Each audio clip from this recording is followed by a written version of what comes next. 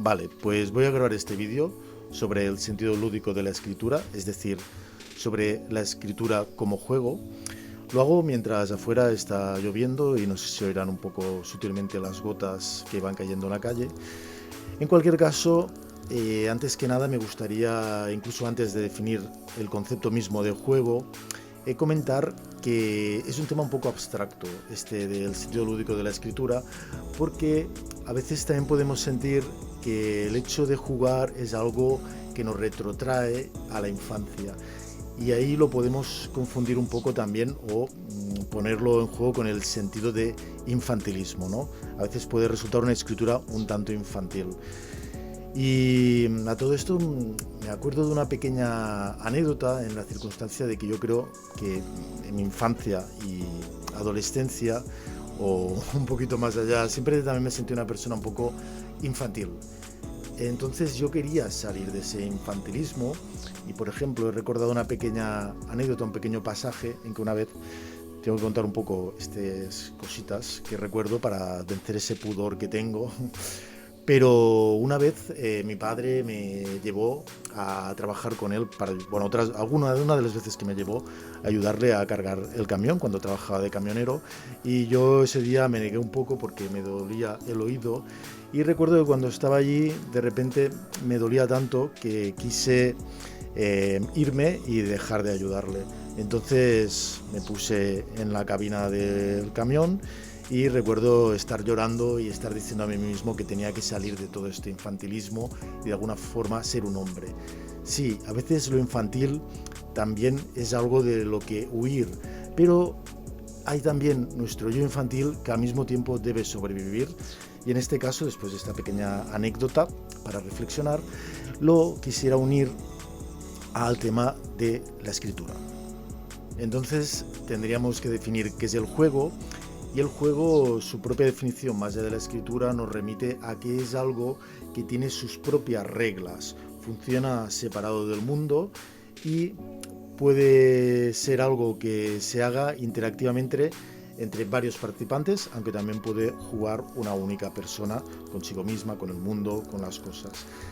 Entonces, Huizinga, en su obra Homo Ludens, nos habla que el juego es algo muy fundamental en la historia de la humanidad, que funda cultura y que el juego tiene su propio espacio y tiempo.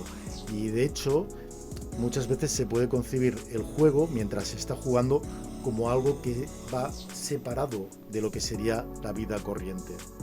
De este modo podríamos decir que toda escritura, toda literatura es un juego en sí, porque tiene sus propias leyes, las leyes del lenguaje y las leyes de la lógica y del mundo que están implícitas en los relatos, pero podríamos diferenciar la literatura lúdica como aquella que se asemeja de una forma más profusa a lo que sería el jugar, es decir, aquella que tiene una búsqueda de vulnerar, de encontrar los límites de esas reglas y de alguna forma incluso de disruptirlos. Sería una literatura más juguetona que juega a vulnerar pues esos diversos aspectos que conforman la escritura, el proceso, pero también el resultado entendido como literatura. También otro de los factores que podría estar implícito en esta literatura más lúdica pudiera ser también el juego que establece la persona que escribe con aquellas personas que leen. Entonces, en esa interacción también hay una dinámica de complicidades. En ese sentido, en un esfuerzo de concreción y a la vez de abstracción, he pensado en dividir en 4 maneras de acercarse a la experiencia de la escritura lúdica, ¿no? Primero voy a explicar la experimentación lingüística, luego la segunda, la interactividad, que es esa complicidad que ya decía entre la persona que lee y la persona que escribe, luego el fenómeno de subvertir las expectativas, y finalmente hablaré del acto de creación, de jugar en el mismo momento en que se escribe. Como decía, la primera, que sería la experimentación lingüística, viene dada por esa ley, por ese cúmulo de leyes que hay en las propias leyes de la sintaxis, ¿no? Y las propias leyes de la ortografía. Entonces, todo aquello que juegue a tergiversar, a vulnerar esas leyes, será una forma de experimentación lúdica con el lenguaje. Un ejemplo bastante ancestral serían las gitanjáforas, que eran una especie de versificaciones que se hacían ya, creo que eran, bueno, en la Edad Media, por ahí, en la literatura española, que utilizaban palabras que eran inventadas, pero cuyo sentido se podía adivinar. Entonces, los versos no se entendían su significado, pero eso nos permitía pues crear significados diferentes. Ese mismo concepto lo retomará en Rayuela Julio Cortázar, un escritor bastante lúdico y juguetón, en el lenguaje que aparece a veces que utilizan los personajes, ¿no? Como Óscar Oliveira y La Maga, que hablan en gíglico, no sé si lo pronuncio bien, pero también son palabras inventadas que se pueden entender por el contexto. Apenas él le amalaba el noema, ella caía en hidromurias, en ambonios salvajes, bueno, este famoso texto. Más allá de la tergiversación de las palabras, también podemos ver un uso de palabras en un contexto o una función diferente a la que sería la habitual. En este caso me gustaría leer un par de ejemplos de frases de un texto de Pedro Lemebel, donde, si nos fijamos, hace este intercambio de funciones. Por ejemplo, cuando dice: «Ay, ese fragor, ay, ese cosquilleo hemorroide que enciende el alcohol como una brasa errante que la empuja fuera callejuela y furtiva». Ese que la empuja fuera callejuela y furtiva, callejuela es un sustantivo, pero aquí está utilizado como adjetivo, como si fuera furtiva. No sé si se acaba de entender, pero bueno, se puede pensar en estas pequeñas combinaciones, con estas pequeñas tergiversaciones que hace Lemebel.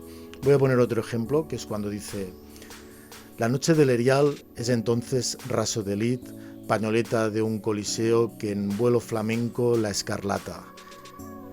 Escarlata, el color escarlata, está utilizado aquí como si fuera en una terminación verbal, ¿no? Como si fuera escarlata ella, ¿no? Como en esa segunda persona plural, creo que es.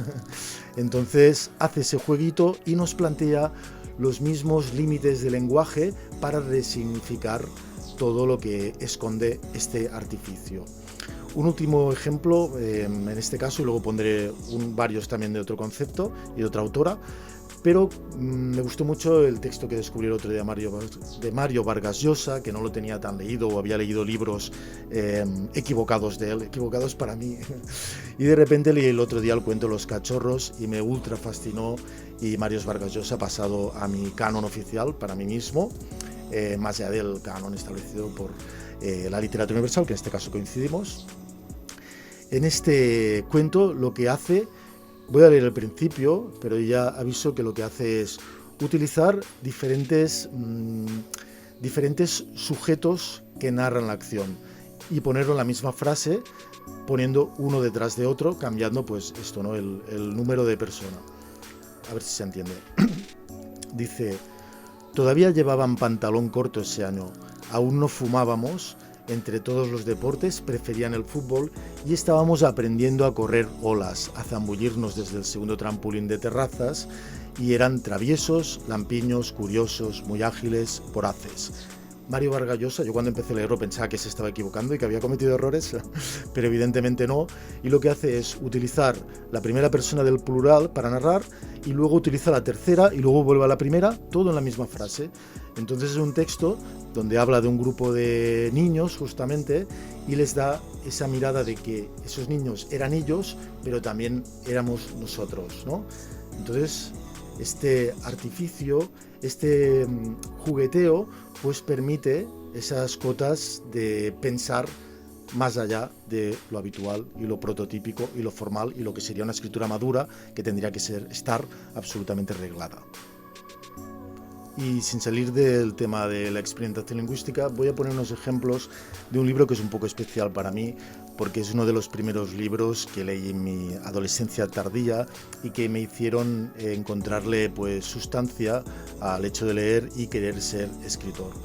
Entonces es un libro de Cuca Canals que se llama La escritora, pero la escritora con H, por tanto, lo que aparentemente sería una falta de ortografía, sirve en el libro para reivindicar esa imperfección y ese salirse de las normas establecidas y buscar en la imperfección también la libertad.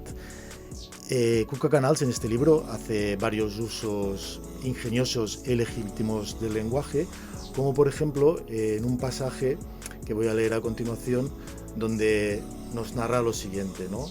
No estaba acostumbrada al alcohol, se ríe sola y por unos instantes se olvida de Manuel. Definitivamente el whisky es maravilloso, pero al levantarse se da cuenta de que todo le da vueltas.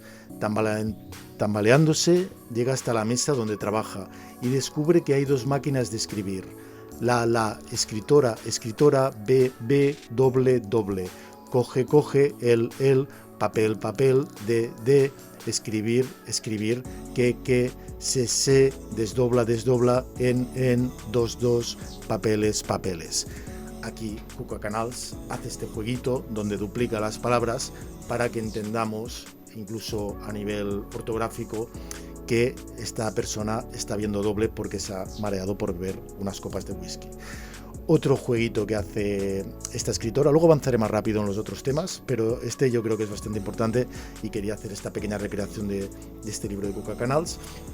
Y como decía, también utiliza signos ortográficos, signos lingüísticos, como en su pequeño fragmento en el texto que se llama Te tacharé, donde ella dice, pero tachando todas las palabras, con la opción de tachado, que está en las computadoras o en las máquinas de escribir, y tachado escribe: no quiero a nadie que lea estas líneas, no quiero que nadie sepa que te amé, que fui una estúpida por creer en ti, quiero tacharte de mi vida. Otro jueguito ingenioso que a mí pues me causó este amor por la literatura cuando lo descubrí. Y finalmente, muy rápidamente, también otro de los juegos que hace, que es que la personaje del cuento está enamorada de Omar, ella se llama Alicia, y hay un momento que se siente pues despechada, no querida, lo que sea, y quita las M's de su escritura. Entonces dice algo así como: Alicia iró a Oar Carvajal. Llevaba varios días en que no parecía él. Una mañana se había despertado con dolor de cabeza y desde entonces estaba muy irascible.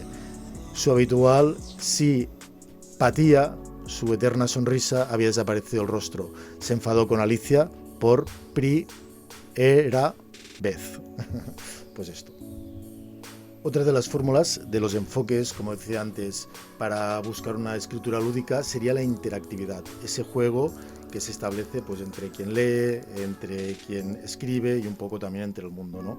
En ese sentido, como decía, toda escritura es lúdica y por tanto siempre quien escribe está proponiendo una serie de códigos que se tienen que interpretar, una serie de pistas que nos pueden llevar a quienes leamos pues a buscar por dónde sigue la historia o qué significados oculta.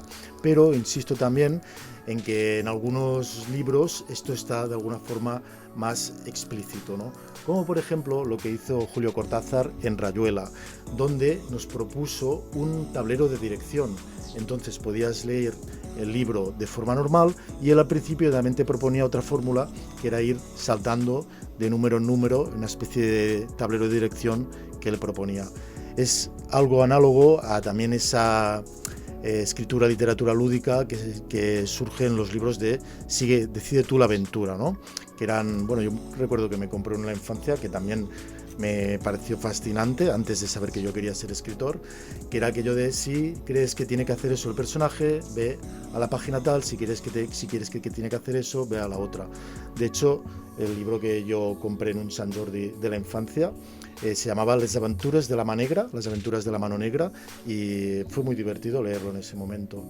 Y luego otro ejemplo de esto pudiera ser lo que nos propone Italo Calvino en su libro Si una noche de invierno, un viajero, donde es un libro que directamente le habla al lector-lectora, de alguna forma haciéndolo partícipe y haciéndolo el personaje del propio libro, y que está compuesto por inicios de novelas que se interrumpen. Y luego también hay un juego donde cada inicio de novela va creando, si lo lees solo las primeras sílabas, creo que es, en sílabas acrósticas, va creando un mensaje que explica de alguna forma todo el libro. Ese mensaje oculto tiene que ser descubierto por esa interactividad y ese juego que se establece con la persona que lee.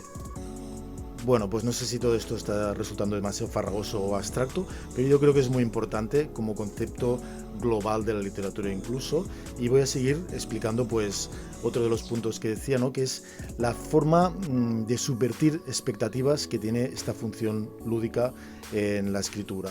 Y en ese sentido lo podríamos aplicar, por ejemplo, a cualquier argumento.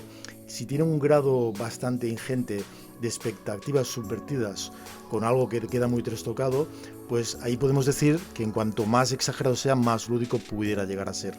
Voy a poner un ejemplo que sería pues una autora que es también absolutamente lúdica, como es Lydia Davis, y que por ejemplo tiene un pequeño microrelato donde dice que está observando dos mujeres que de atrás se las ve que son como muy juveniles, visten juveniles, y que está en un tren y se van por el pasillo.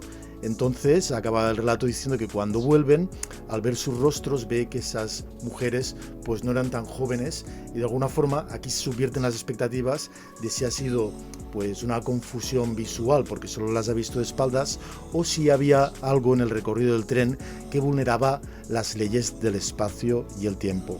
Vulneración de leyes, postulo yo, escritura y literatura lúdica.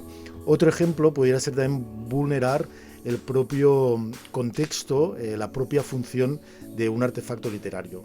Aquí voy a poner un ejemplo de Alejandro Zambra, un escritor contemporáneo, actual, que tiene un libro que se llama Facsímil, donde aplica a la estructura del típico examen que hacen en su país con las fórmulas de preguntas con respuestas acotadas, ¿no? A, B, C, D, I, D, I, E, y lo transmuta en algo literario. El libro es todo así, pero voy a poner uno de los pequeños ejemplos, el ejemplo 27. Entonces dice, pone las propuestas, ¿no? 1. Sueñas que pierdes un hijo. 2. Despiertas. 3. Lloras. 4. Pierdes un hijo. 5. Lloras.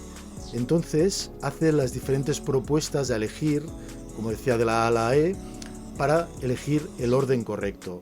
En la primera sería 1, 2, 4, 3, 5, luego 1, 2, 3, 5, 4, etcétera, etcétera, va proponiendo.